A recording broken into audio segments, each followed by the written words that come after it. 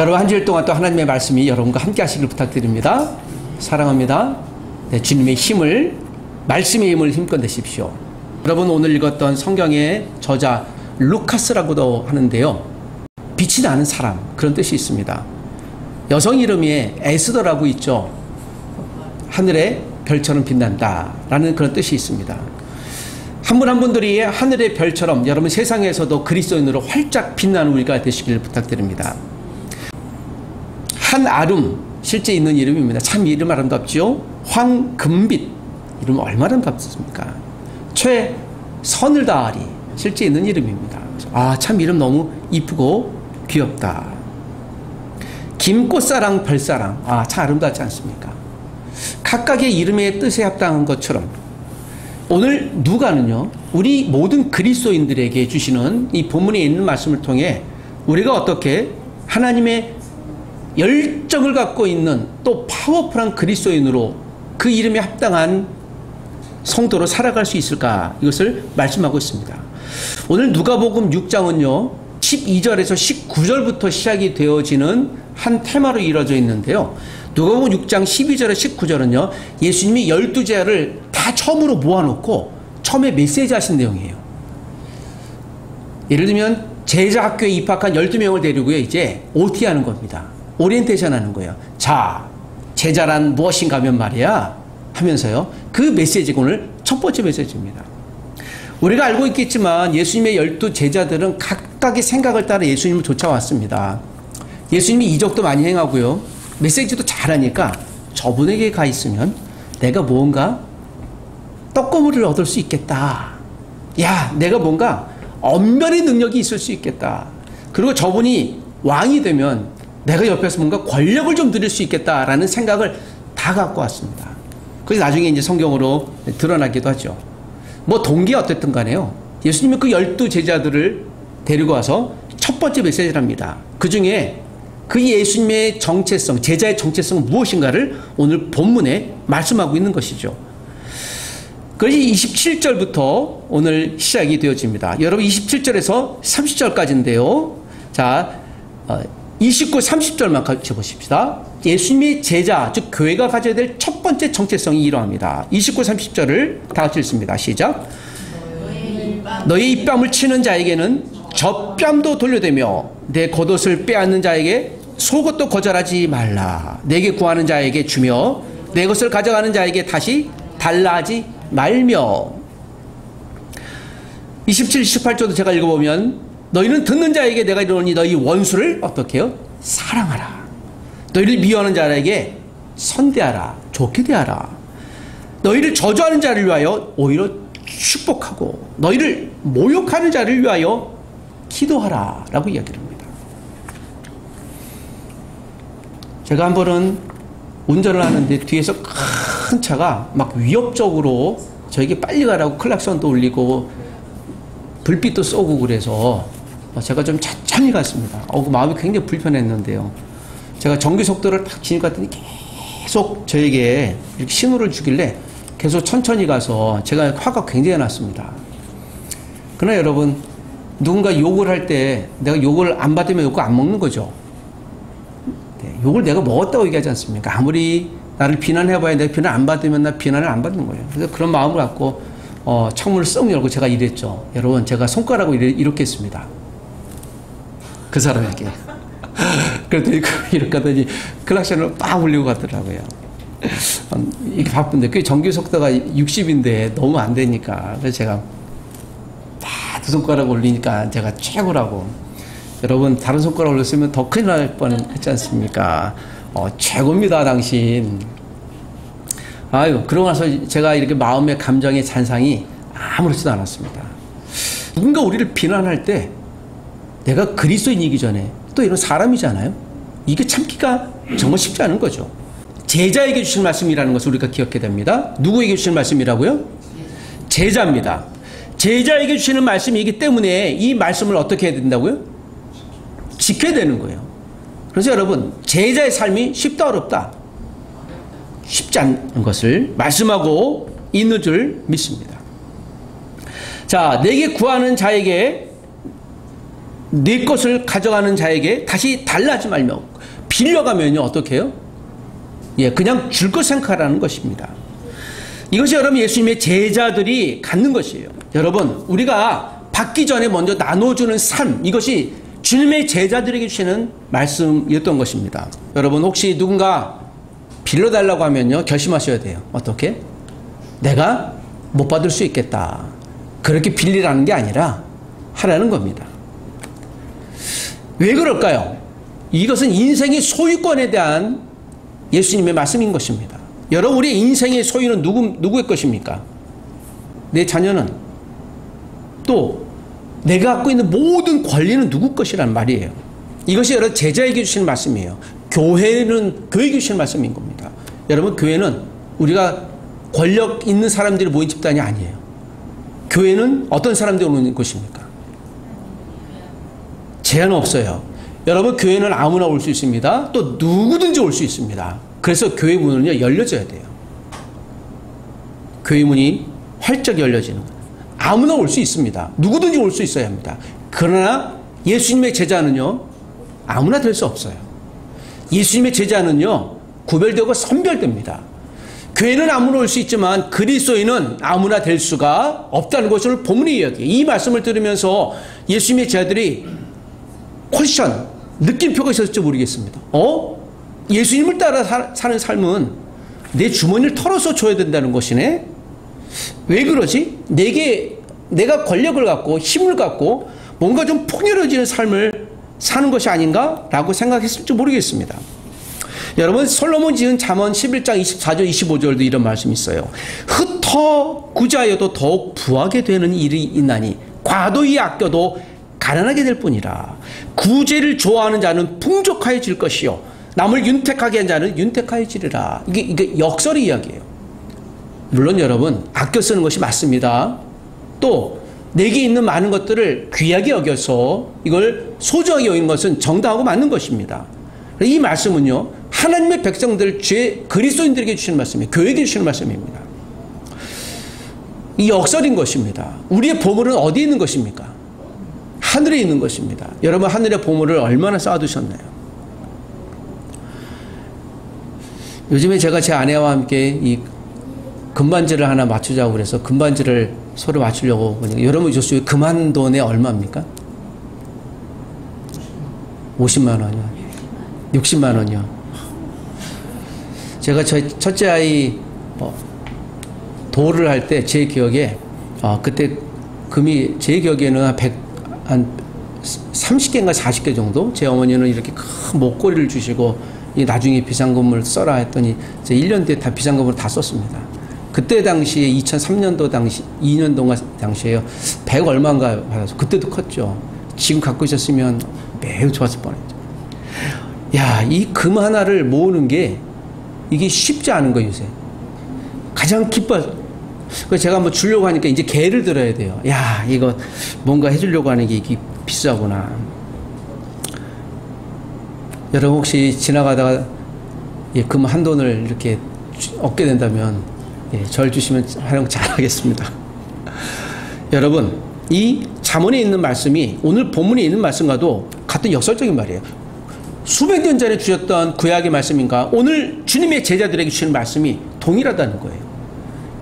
우리가 이제 살아가는 삶의 원리, 교회가 그러하다는 것입니다. 우리도 여러분 이 작은 공동체가 선교사님들을 위해서 그래도 우리가 성경 보내고 계속 우리가 후원하고 하지 않습니까? 또 어려운 일 있을 때 우리가 유학생들 나그네를 위해서 뭔가 해야 될 때 밥 사주고 하지 않습니까? 그런 이유가 무엇이에요? 하나님이 우리에게 그리스도가 그 안에 사는 사람들의 삶의 방식이 무엇인가를 우리에게 알려주시기 때문에 그렇습니다. 여러분 주님의 제자로 사십니까? 이것이 오히려 힘있고 파워풀한 그리스도인으로 교회로 살아가는 첫 번째 원칙인 거예요. 어떻게 해요? 먼저 나눠주는 인생입니다. 여러분 먼저 내 것을 이웃에게 나눠주는 믿음의 삶이 되시길 부탁드립니다. 죄송한데 한번 따라해 주십시오. 받기 전에 먼저 나누어 주겠습니다. 시작. 받기 전에 먼저 나눠 주겠습니다. 여러분은 저와 여러분의 주머니를 털어 먼저 이웃을 섬기는 우리가 되시기를 부탁드립니다. 두 번째 메시지예요. 우리가 읽었던 31절에서 36절까지인데요. 자, 31절 한 절만 보겠습니다. 전체를 포괄하는 구절입니다. 다 같이 시작. 남에게 대접을 받고자 하는 대로 너희도 남을 대접하라. 자, 이것을 오늘 마태는 황금률이라고도 이야기합니다. 남에게 대접을 받고자 하는 대로 우리가 무엇인가 받기를 원하는 대로 어떻게 하라? 그 이전에 먼저 하라는 거예요. 이건 우리의 심성을 얘기하고 있는 겁니다. 여러분, 우리가 먼저 우리의 삶의 자체가 이렇게 나눔을 실천하는 인생이 되어야 되는 거예요. 무엇을 나눌까? 그것은 우리의 많고 적고 갖고 있는 것에 대해 또 다를 수도 있겠지만요. 여러분, 혹시 여러분의 소유가 얼마나 되십니까? 은행의 잔고는 얼마나 되십니까? 우리가 소유라고 하면 대부분 물질을 생각하기 마련입니다. 그건 중요한 것이에요. 물질이 있는 곳이 무엇이 있기 때문에요? 마음이 있기 때문에요. 이전 우리가 코로나 기간 동안에 제 기억에 남았던 코로나 기간 동안 2020년 7월 21일 울산 성남동에서 70대 환자가 가다가 확 쓰러졌습니다. 그때는 이 코로나 기간 동안이라 이 거리에 다니는 사람도 많지 않아서 그분이 70대는 심정지로 갑자기 쓰러지셨는데요. 저 멀리서 어떤 한 분이 여성이 달려오더니요. 치마를 딱 걷고 급하게 CPR을 하는 것입니다. 심정지에 있는 상태에 있는 사람들. 가슴 압박을 하고 다행히도 알고 보니까 이분이 간호사였어요. 지금 이제 밤 나이트를 하고 근무를 하고 이제 퇴근하는 길이었는데 갑자기 쓰러지자마자 멀리서 보니까 사람도 없잖아요. 그러니까 이분이 달려와서 호흡하고 가슴 압박을 해주고 또 119에 신고해줬던 것을 우리가 영상으로 본 적이 있습니다. 여러분, 오늘도 우리가 누군가 골든타임이라고 하지 않습니까? 넘어졌을 때 그 시간을 놓치면 죽는 거예요. 이 간호사의 그 흉부 압박했던 것을 제가 그래 그 뒤부터 제가 가끔씩 나도 한번 그런 짓을 해야 되겠다라는 생각을 해보게 됩니다. 여러분, CPR 훈련 좀 잘 배우셔도 좋겠습니다. 꼭 그뿐이겠습니까? 여러분, 복음의 CPR이 필요한 사람들이 있지 않겠습니까? 제가 요새 지금 말을 못하고 그냥 침대에만 누워 계신 이 한 분을 보면서 좀 정기적으로 이분에게 복음을 계속 전하고 있습니다. 의식이 없으시기 때문에 진짜 복음을 받을지 안 받을지 잘 모르겠어요. 그런데 제 마음 가운데는 하나님께서 신비한 방법으로 여하튼간에 이분의 영혼에 하나님의 사랑을 좀 넣어줬으면 좋겠다라는 간절한 마음이 저에게도 있습니다. 저에게는 마치 그와 같아요. 그러니까 급박한 거죠. 죄송한데 언제 돌아가실지 모르니까, 어떻게 복음에서 반응할지 모르니까 이분이 다른 건 몰라도 좀 들어야 되겠다라고 하는 마음으로요. 여러분, 우리의 내가 갖고 있는 그 물질뿐만 아니라 마치 이 간호사처럼 그분은 자기의 직업 소명에 따라 자기의 재능을 그 5분 동안 이 70대 할아버지에게 쏟은 거예요. 살아난 것이죠. 우리에게 꼭 어떤 물질뿐만 아니라 갖고 있는 재능, 시간도 마찬가지예요. 내가 좀 남는 잉여의 시간을 누군가에게 도와주면 누군가에 섬기는 그 시간이 그의 인생 가운데 아주 커다란 시간일지 모르겠습니다. 지나가다가 한강 마포대교에 있는 다리에서 서 있는 어떤 남학생을 두고 지나가는 아주머니가 허리를 잡고 끙 안고요. 내가 10분을 신랑이라는 거 보고 또 옆에 아저씨가 또 팔을 잡고 안고서요. 자기 온몸에 서로 뒹굴면서 흙바지가 되는데도 한 사람을 살렸던 걸 제가 영상을 본 적이 있습니다. 그냥 되면서 안 된다고 얘기해요. 지나갈 수도 있는 문제인데요. 사람을 살린 거예요. 한 생명을 살린 것이죠. 이런 급박한 어떤 상황은 혹 아닐지라도요. 여러분, 우리가 누군가에게 필요한 것들, 있어야 될 것들, 그런 것들을 우리가 섬기는 우리가 돼야 되는 거예요. 그래서 여러분, 우리의 삶이 그리스도의 삶이 제자의 삶이 나누는 인생이에요. 여러분, 이렇게 이쯤 들어보니까 12제자 중에 누구는 이거 내가 제자로 살아야 되나 갈등이 있을지 모르겠습니다. 오늘 제자학교 오리엔테이션 하는데요. 내가 뭔가 권력을 얻으려고 좀 좋은 것을 풍요롭게 얻으려고 예수님 옆에 있으면 왕이니까 왕이 될 분이신데 내가 조금 더 얻고 예수님이 축사사역하니 그런 스킬을 얻어갖고 내가 기도만 하면 수많은 사람들이 나오면 내가 우러러보겠지 하는 그런 우쭐대는 마음이 있었을지 모르겠습니다. 여기 보니까요, 내 주머니를, 내 속옷까지 다 내버려야 돼요. 이거 학교에 입학을 잘못했나 보다. 그럴지 모르겠어요. 그래요, 여러분, 나중에 보시면요, 예수님의 제자들은요, 예수님의 말씀에 귀 기울이겠지만 이제 계속 퀘션이 계속 있어요.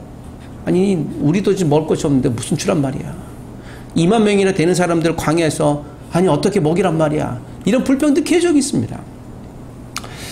여러분, 교회는 권력 집단이 아니에요. 우리는요, 가난하고 연약하고 뭐 많고 적음의 차이는 있을 수 있지만 여기 오시면 모든 사람들이 다 하나가 돼서 우리가 함께 모은 그게 기도의 열정이든지 사랑의 열정이든지 관심이든지 물질이든지 흘려보내는 그런 사람이 되어야 될 줄 믿습니다.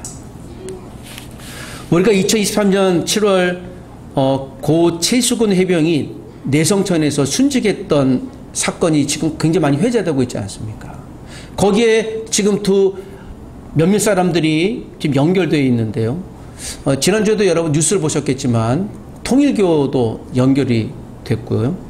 또 한국의 소위 말하는 대형교회에서도 지금 연결돼서 조금 우리가 좀 답답한 부분들이 있습니다. 알고 보니까 그 사단장을 살리기 위해서요, 여기서 로비하고 또 처벌받아야 될 사람들이 여차저차해서 그런 권력기관을 설득하는데 목회자들이 여러 통로가 된 것이에요.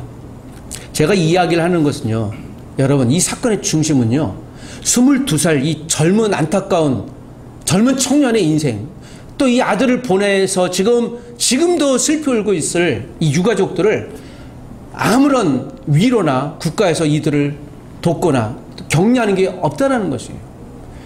오히려 이런 부분들을 담으려고 하고 또 이런 것들을 그냥 포장해서 아무 일 없게끔 정말 처벌받아야 될 정당한 사람들이 오히려 득세하고 이런 것들이 나중에 들춰보니까요, 지금 2년 만에 글쎄 다 사람들이 비리로 드러나는 거 있지 않습니까?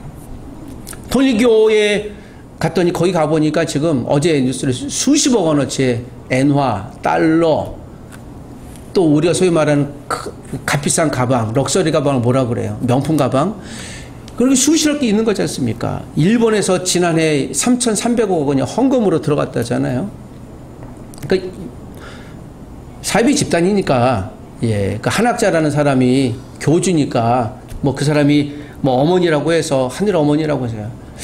뭐 그런 집단은 어쩔 수 없죠. 뭐 그런 이단 사이비 집단이니까. 그런데 여러분, 거기와 지금 똑같이 우리가 소위 그동안 존경해왔던 이런 분들이, 목회자들이 드러나면서요, 권력을 사유한 것이 함께 거래한 거예요. 복음은 여러분 거래가 아닙니다. 복음은 섬김이에요. 우리가 이걸 통해 정말 타산지역 삼지 않으면요, 더 이상 교회가 세상으로부터 빛과 소금은커녕 짓밟힐 수밖에 없어요. 전 여기서 비난마다 마땅하다고 생각합니다. 아마 당분간 또 이것 때문에 우리가 곤란당하겠죠. 이걸 때문에 또 우리가 교회를 핍박한다고 얘기하는 그런 일이 없게 되기를 원합니다. 당연히 비판받아야 돼요. 비난받아야 돼요. 그럴 때 우리가 다시 회복할 수 있는 것입니다. 오히려 제자들에게, 야, 너희는 내가 갖고 있는 권세와 권력을 갖고 어떻게 살아갈 것이야 라고 했을 때 예수님은 너희 주머니를 털어 네 이웃을 섬겨야 한다 라고 말씀하고 있는 것입니다. 여러분, 이런 우리가 되시길 원합니다. 가난해일지라도 섬기는 우리가 되십시다. 마지막으로 37, 38절입니다. 나누는 것을 여러분 즐기는 인생이 되시길 부탁드립니다. 자, 한 번 더 결론적으로 읽습니다. 37, 8절 다 같이 시작.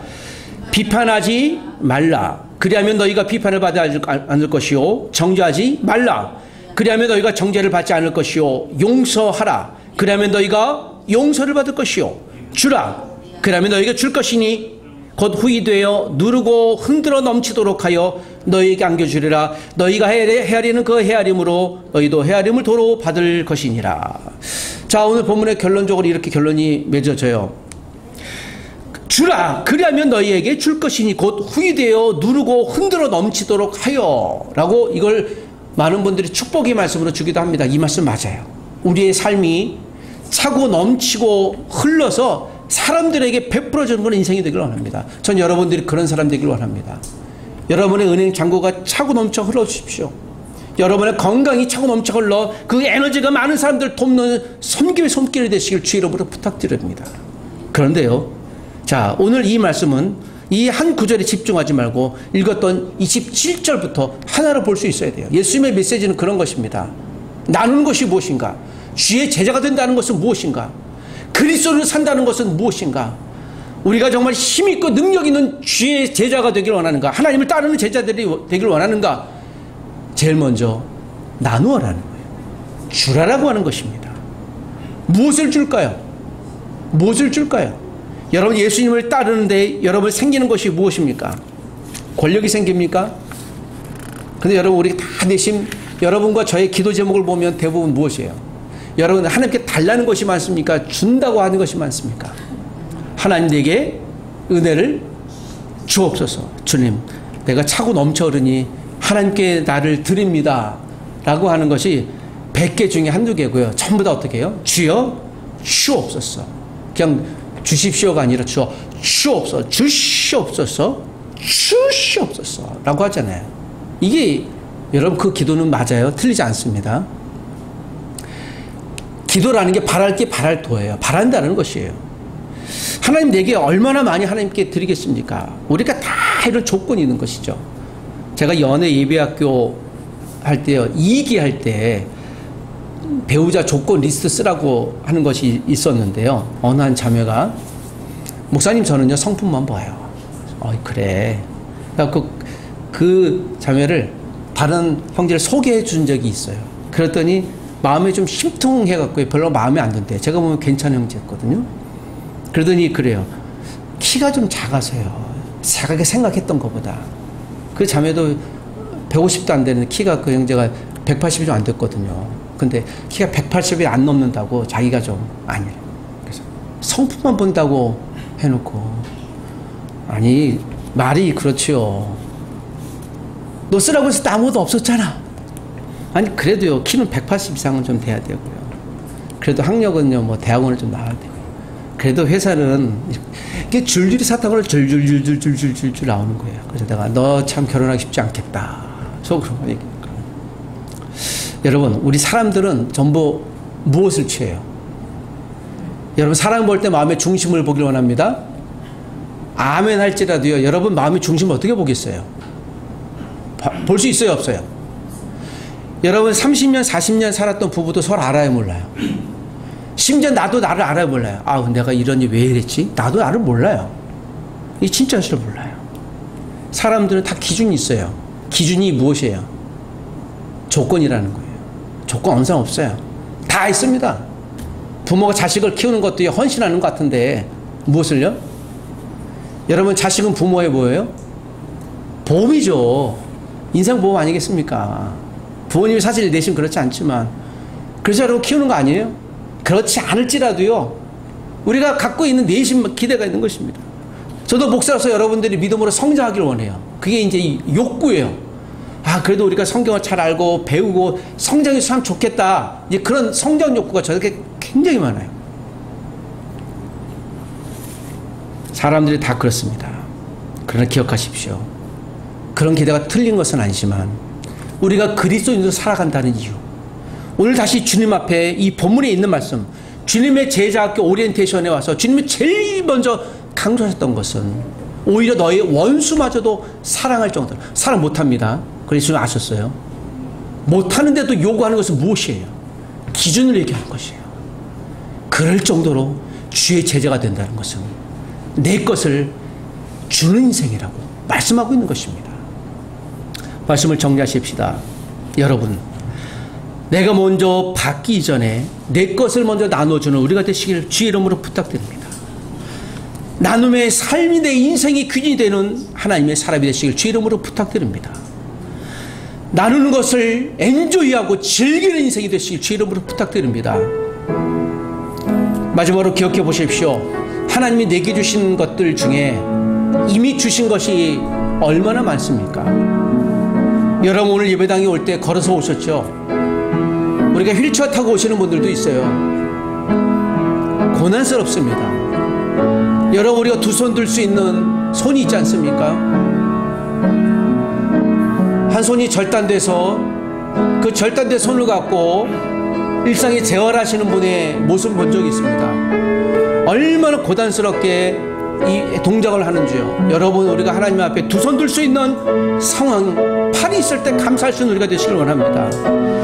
내 주머니가 물론 풍요롭지는 않습니다. 그럼에도 불구하고 하나님, 내가 주의 제자입니다. 그리스도인입니다. 내가 이것을 어떻게 사용할지 알게 도와주시옵소서. 그러기 위해 여러분 하나님께 간구하는 우리가 되시길 원합니다. 하나님, 내가 나누는 인생이 되기를 원합니다. 나누는 교회가 되기를 원합니다. 내가 섬기는 공동체가 되기를 원합니다. 그런 그리스도인 주의 제자로 살고 싶습니다. 여러분, 알고 있는 하나님에 대한 지식과 복음을 나누어 주십시오. 나 혼자만 멈추고 나 혼자만 아버지 믿음으로 성장하는 것이라 함께 성장하는 우리가 되십시다. 우리 같이 한번 기도하십시다. 하나님 아버지, 오늘도 주신 말씀을 붙듭니다. 주님, 오늘도 주님의 제자 학교에 먼저 주셨던 말씀처럼 나의 것을 내 이웃을 위하여, 세상을 위하여 섬기기를 원하는 나눔의 삶을 요구하셨던 주님의 말씀을 내가 붙듭니다. 은혜대로 주옵소서. 이미 받은 은혜를 갖고 세상을 섬길 수 있도록 도와주옵소서. 말씀으로 먼저 나누게 도와주시옵소서. 내 작은 주머니일지라도 나보다 더 연약한 자들을 위하여 섬길 수 있는 나눔의 마음을 허락하여 주시옵소서. 주여, 오늘도 이 말씀이 한 주일 동안 살아가는 세상 안에서 권력을 탐하는 자가 아니라 내게 있는 작은 힘일지라도 권력일지라도 그것을 내 이웃을 위하여 세상을 예수 그리스도의 마음으로 섬길 수 있는 하나님이 사람이 되도록 역사하여 주옵소서. 예수님의 이름으로 기도합니다. 아멘.